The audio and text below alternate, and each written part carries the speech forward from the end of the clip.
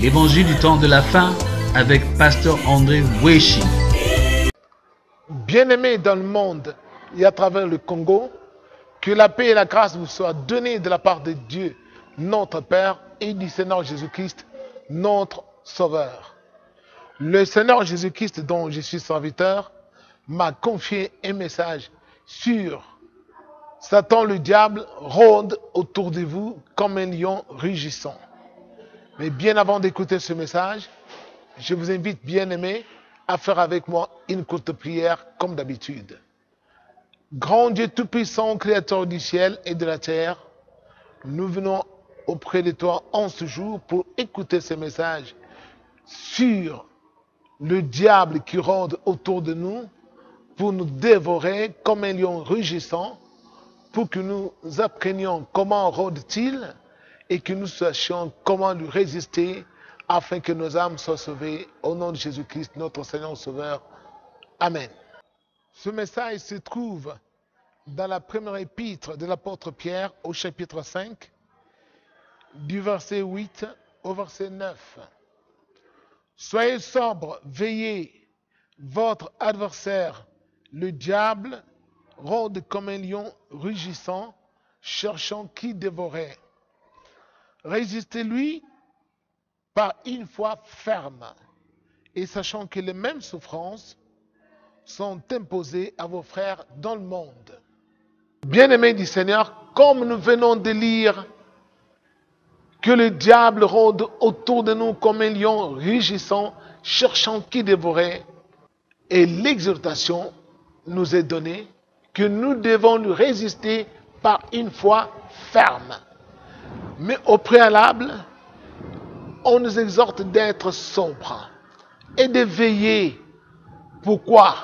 Parce que la sobriété, c'est cette qualité d'être tempérant, d'être modéré dans notre façon de vivre sur cette terre, afin d'avoir le plein discernement de découvrir lorsque le diable s'approche de nous.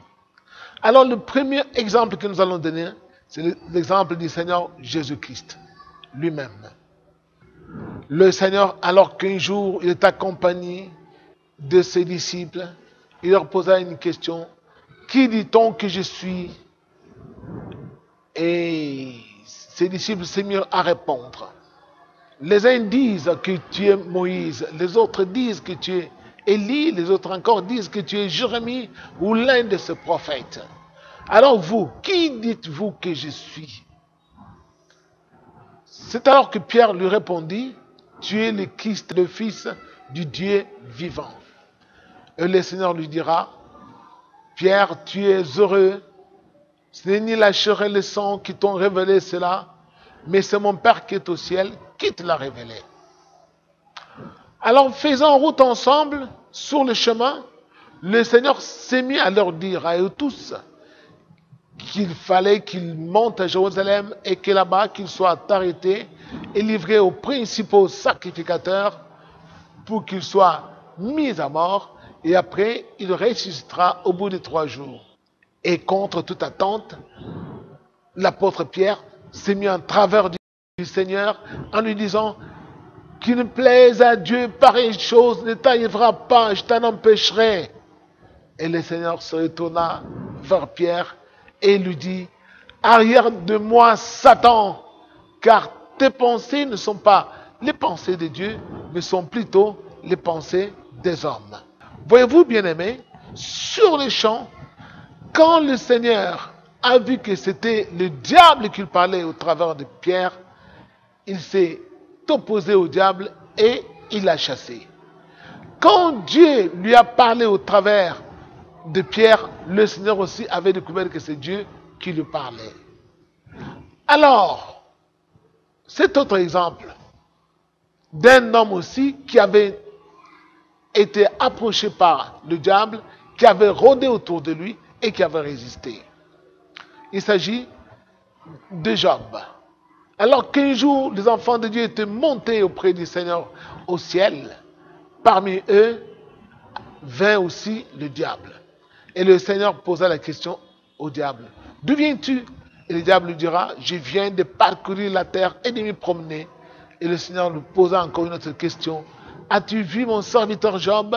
Il n'y a pas un homme comme lui sur la terre. Il se détourne du mal. Il craint Dieu et il est intègre dans toutes ses voies. C'est alors que le diable dit, peau pour peau, tout ce qu'un homme a, il le donne pour sa vie. Je suis sûr que si tu lui ôtes tout ce qu'il a et si tu permets que je puisse le toucher, je sais que Job va te maudire en face. Le Seigneur lui dit, je sais que tu m'excites à le perdre pour rien, mais va, je te l'accorde, mais ne touche pas à sa vie. C'est alors que le diable descendit et il arriva, il toucha la santé de Job, il lui donna une maladie d'ulcère malin qui embêtait fortement Job, qui le tourmentait nuit et jour. Alors que Job avait perdu tous ses biens, avait perdu tous ses enfants, et vraiment étant alité, c'est alors que sa femme lui dit, mais il te faudrait maudire Dieu et mourir, parce que pareille souffrance, c'est vraiment atroce. Mais Job rétorqua à sa femme, tu parles en femme insensée, nous recevons de Dieu le bien. Ne devrions-nous pas aussi recevoir le mal? Et là, il est écrit, en tout cela, Job ne pécha point de sa bouche ni de ses lèvres. Bien-aimé du Seigneur, qui avait parlé à Job par la bouche de sa femme, c'était le diable. Et Job a découvert tout de suite que c'était le diable qui lui parlait. Il a résisté par une foi ferme. Bien-aimé, mais par contre, un autre homme, souvenez-vous du roi Akab. Alors qu'un jour, se promenant autour de son palais, il découvre un champ avec un vignoble de bonne qualité. Il s'informa, on lui dit que c'était le champ de Naboth. Il fait venir Naboth, il lui dit, Naboth, j'apprécie ton champ, je voudrais que tu me le vendes et moi je te donne ou je te donnerai un autre en échange. Naboth refusa, lui disant, c'est le champ qui m'a été légué par mes ancêtres, je ne puis le vendre. C'est alors que le roi s'est mis en colère, attristé, il se rendit dans sa maison. Le soir venu, sa femme Jézabel s'approchant de lui, vu que son mari était triste, lui posa la question, pourquoi es-tu si triste? Et Akab lui disant, c'est parce que Naboth a refusé de me vendre son champ. Et Jézabel continua en lui disant, mais est-ce Naboth qui gouverne ou qui règne en Israël, ou bien c'est toi? Moi, je vais te donner la vigne de Naboth. Alors, la femme prit les cachets ou les sceaux de son mari et rédigea des lettres qu'il envoya au gouverneur, à certains chefs du royaume, pour leur dire qu'on devait arrêter Naboth et chercher 2 méchants hommes pour qu'ils rendent de faux témoignages devant tout le peuple, selon lesquels Naboth avait maudit Dieu et avait maudit les rois, qui était un crime de lèse-majesté et qui était digne de mort. C'est alors on chercha 2 hommes qu'on fit passer devant tout le peuple en donnant de faux témoignages contre Naboth, et Naboth fut lapidé et mourut. Et Jézabel vint auprès de son mari et lui dit, lève-toi, Naboth est mort, va maintenant prendre possession de sa vigne. Alors, voyez-vous, là, c'est le même diable qui est venu opérer dans la bouche de Jézabel, mais Akab n'a pas su ou n'a pas eu la sobriété de découvrir que c'était le diable qui lui parlait, et il a succombé devant cette tentation, il a accepté les propositions fallacieuses que sa femme lui avait données, et il a fini par tuer une personne ou par faire mourir une personne, et plus tard, la colère de Dieu s'est déchaînée contre Akab et toute sa famille. Akab trouva la mort dans des circonstances ignobles, et sa femme aussi, Jézabel, et leur famille. Voyez-vous, Satan finit par dévorer Akab.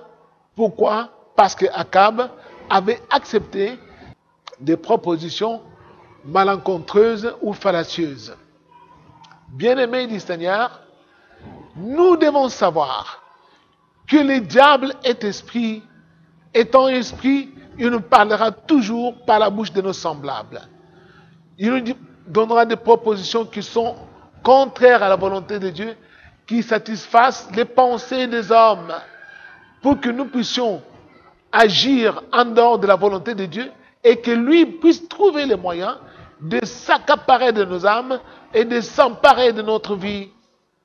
Bien-aimés du Seigneur, c'est pour cela vous allez découvrir que sur cette terre, vous pouvez avoir des amis, c'est par des amis que Satan va vous approcher, ou bien par certains proches, Satan va vous approcher en vous proposant des choses qui sont en dehors du droit chemin.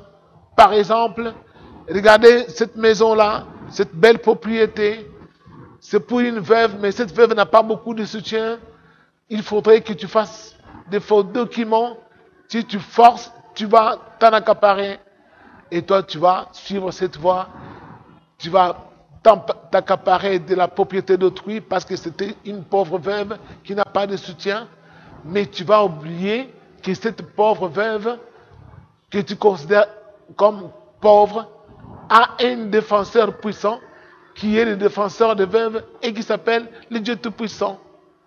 Beaucoup de gens ont succombé ici parce que Satan leur a dit par la bouche de leurs amis, voilà un homme à aimer, c'est un homme marié, ou voilà cette femme à aimer, c'est une femme mariée, vas-y, tu seras bien avec elle ou tu seras bien avec lui. Or, ils ont oublié que le diable rôde autour des hommes pour les inciter à désobéir à Dieu, à faire ce qui est contraire à la volonté de Dieu. Par exemple, le roi David, alors qu'on amenait l'arche, il s'est mis à danser de toute sa force et il s'est mis aussi à rouler par terre. Au vu, au su de tous ces sujets, fou de joie, il a oublié qu'il était roi, il a roulé par terre, il dansait devant le Seigneur. Le soir étant venu, c'est alors que sa femme, Michal, fille du roi Saoul, s'approcha de lui et lui dit, vraiment tu as fait la honte de ton rang. Comment un si grand roi peut-il danser comme un simple sujet devant tout le peuple et jusqu'à rouler par terre comme un sujet vulgaire? C'est alors que David lui rétorqua que je n'ai pas dansé devant un homme, mais plutôt j'ai dansé devant l'Éternel des armées qui m'a établi roi à la place de Saoul ton père. Voyez-vous, on dit, le Seigneur frappa Michal de la stérilité et jusqu'à la fin de sa vie, il n'y eut point d'enfant. Pourquoi? Parce que Satan était venu par elle pour essayer de faire trébucher David, mais David a résisté par une foi ferme. Lorsque Satan entre dans une personne et s'invite dans le dialogue, il faut être vigilant. C'est là où on dit qu'il faut être sobre et veiller et découvrir que c'est le diable qui me parle et que je ne peux pas faire cela parce que c'est contraire à la loi de Dieu. Si nous avons cette capacité de raisonner, de discerner, nous serons en mesure d'échapper à tous les subterfuges du diable. Quand il s'approche de nous, au travers des amis, au travers de nos proches, nous sommes en mesure de lui résister par une foi ferme. Beaucoup de gens sont devenus des voleurs par des amis. Ils sont devenus des prostituées par des amis. Ils sont devenus des drogués par des amis. Ils sont devenus des détourneurs de fonds de l'État par des amis. Ils sont devenus des tribalistes, des xénophobes par des amis. Et ils sont devenus des idolâtres, des occultistes par des amis. Ils ont oublié que le diable est esprit. Merci beaucoup. Que le Seigneur vous bénisse et à la fois prochaine.